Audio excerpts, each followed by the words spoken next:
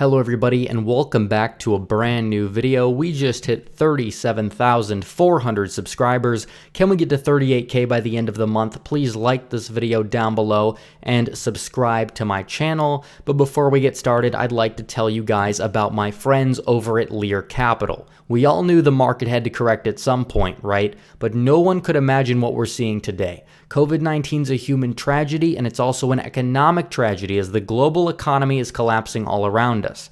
So how will the markets respond from this point forward? Many economists are predicting a third quarter recovery, but there are still so many unknowns that it is simply impossible to say. One thing is for sure though, you just can't flip a switch and expect everything to return to normal. But headlines are suggesting that the next upside is gold. If you want to make money in 2020, gold and silver are looking like a good bet, says Money Week, and that's why many Americans are making the decision to diversify into gold. Since 1997, Leer Capital has been America's top destination for gold IRA and precious metal sales. Mention this channel and receive a free silver coin with your first purchase. Call 800-819-2495 now. We'll show you how easy it is to buy, sell, or trade your metals. Call 800-819-2495. That's 800-819-2495, or submit a request from the link in the description. And today we have to talk about this article because we have a potential seat in New York City, the Bronx, one of the most Democrat areas in the country, that may be led by a Trump-friendly candidate regardless of what happens in the general election. According to Newsweek, we have this article here. A Trump-friendly anti-AOC Democrat is poised to win a New York House seat with some help from the pandemic. It goes on to say New York's 15th congressional district has Yankee Stadium at its heart, and it's home to some of the country's most poorest and most diverse people. It is a very, very heavy Obama district, heavy Clinton district, but it's on the verge of actually electing a Democrat, but the Democrat is a Trump-loving Democrat for its open seat in the House. The Democrat is Reverend Ruben Diaz Sr. He's a flamboyant cowboy hat-wearing New York City councilman who immediately distinguished his views when he announced his run in 2019. He said, "I am the opposite of AOC in the South Bronx." So already he's feuding with the big bad AOC. That's going to be a good thing, especially you have a lot of people that don't really like AOC in that district, even though they may be Democrats. She's done a lot of things like request higher pay to pay for her furniture, driving jobs out of the district.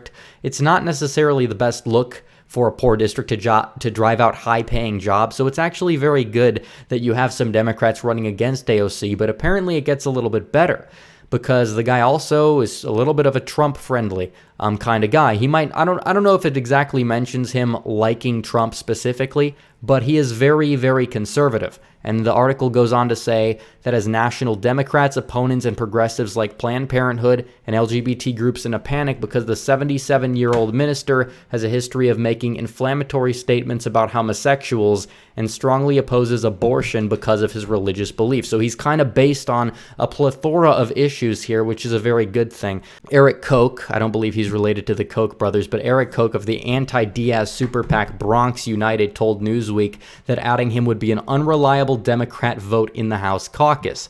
To complicate matters, he has a son who's his namesake and a Bronx borough president that many call the most popular politician in the borough. So already you're seeing this kind of guy being able to unite, red pill some people in the heart of NYC, which is a good thing. And Diaz Jr. is regularly asked to comment on his father's actions, as he did disapprovingly when Diaz Sr. invited Ted Cruz to visit the Bronx. But the consensus is that the son is actually a political plus for the Reverend nonetheless. The name recognition, not everybody in the district, you talk about the district being poor, you talk about the district having poor educational standards, not a whole lot of people are going to know every single view that Ruben Diaz Sr. has, but if they like Ruben Diaz Jr., that might be enough to get some people to come out and vote for him so he's able to win the primary. Again, one of the most poorest, diverse districts in the country. More than 97% of his residents are non-white, and the median household income was estimated to be under $30K in 2017, and it's also comfortably Dem. Obama took nearly 97% of the vote there in 2012. It's actually a higher percentage of the vote than what he got in terms of the black vote nationwide. And it borders AOC's district. Again, New York 15, New York 14. That kind of makes sense there. The Bronx also has more per capita infections and deaths than Queens, and it's drawn national attention as the state and city have become the American face of the crisis. Yet it's funny, people are like, America's failing when it comes to this, but apparently like half the deaths are in the NYC metro area alone. So clearly it might have a little bit to do with some of these local leaders too. Diaz Sr. is able to stand out in a field of 10, saying that if the June 23rd primary were held today, he would win. No Republican is running. All eyes are on a primary whose winner will be a Shepherd, a hard-hit district out of a pandemic. Clearly the name recognition in a field of 10, that's necessarily going to be enough to get him over. So everybody's talking about the fact that this so-called Trump Republican is representing the most Democrat district in America. It's a hilarious anomaly, but it very may well could be true. And it goes on to talk about Diaz Sr., who is Puerto Rican. So obviously he and AOC have a similar background. He's Puerto Rican and black. He has a background that still matters in a historically Puerto Rican part of New York. So you're having somebody that's a Puerto Rican Democrat that's able to reach out to people, could red pill a good amount of people on the issues like abortion, gay marriage, and stuff like that. So he has always had a great constituent service mechanism. So everybody's praising him for his marketing. He's got good name recognition, and he's able to have a story that's able to connect with people. So you're going to have a very conservative representative in one of the most left-wing districts in the country, which is absolutely hilarious. And he hates AOC. He's got a good story behind him. Diaz said he was a victim of anti-black discrimination while in the Army, was addicted to drugs in 1965 before finding salvation in Jesus Christ. So he's a Christian. That's good. That's based.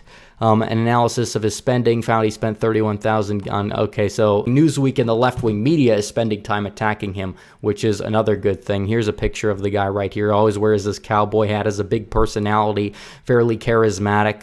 Apparently he's fully bilingual. He's from Puerto Rico. Even the article saying some good things about him, that he can relate to these people.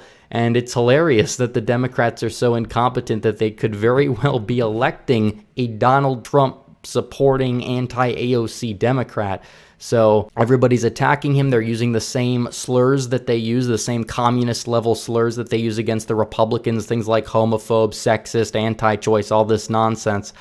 So apparently the election falling during a crisis is also going to help him, because he's able to be the guy with the name recognition that's going to be able to rise out of the ashes and be able to win. So they're attacking him here. Diaz, who once compared abortion to the Holocaust. So apparently he's one of these people that's very, very anti-abortion, which is a very, very good thing. He refused to endorse Michael Bloomberg or Democrat Fernando Ferrer in the mayoral race because of their support of these things. So apparently if somebody supports abortion, he's not going to back them. That means he's probably going to have a fairly good relationship with Donald Trump. Also, he also says he sympathizes with Trump. He's mad that if somebody wears a MAGA hat, they're automatically labeled as racism. So that's a good thing there too. So everybody is trying to put their things against him. Everyone's trying to put their efforts against him. But even Newsweek admits that may not matter, because experts say campaigning has been fundamentally changed because of the pandemic. There's not going to be traditional street or park events in the month before the primary. Diaz has the name recognition, and if he wins the primary, because there's not going to be a Republican that's going to run. There's really no need for it, and no Republican has declared. That automatically means that Diaz Sr., no matter what, could be headed into the United States Congress, which is absolutely hilarious that a Trump-friendly anti-AOC Democrat is going to represent the most left-wing district in the country. Folks, it's absolutely hilarious. So again, Diaz is the one that's yelling the loudest. He's the one that's attacking the establishment. That's going to help him, but he's not attacking it from a left-wing, far-left type of pseudo-populist worldview that AOC holds. What he's trying to do is he's trying to attack this from just a pragmatic viewpoint. Yes, he's anti-abortion, he's anti-gay marriage. At the same time, he's the one that's out here, he's yelling the loudest. He's actually representing the people, I think, a lot better than AOC is, regardless if the people know it or not.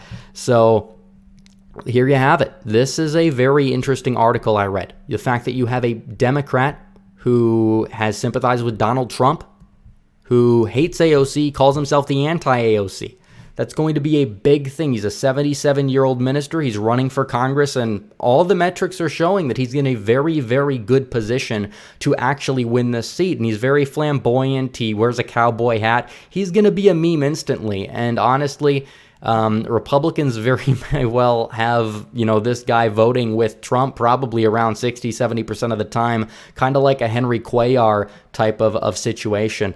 So anyways, guys, thanks for watching this video. Please like this video down below, comment down below, and subscribe to the channel. Hit the bell for notifications so you never miss another video. Follow me on social media, join the Discord and subreddit, donate to the Patreon or subscribe, star links in description. As always, guys, thanks for watching. Red Eagle, out.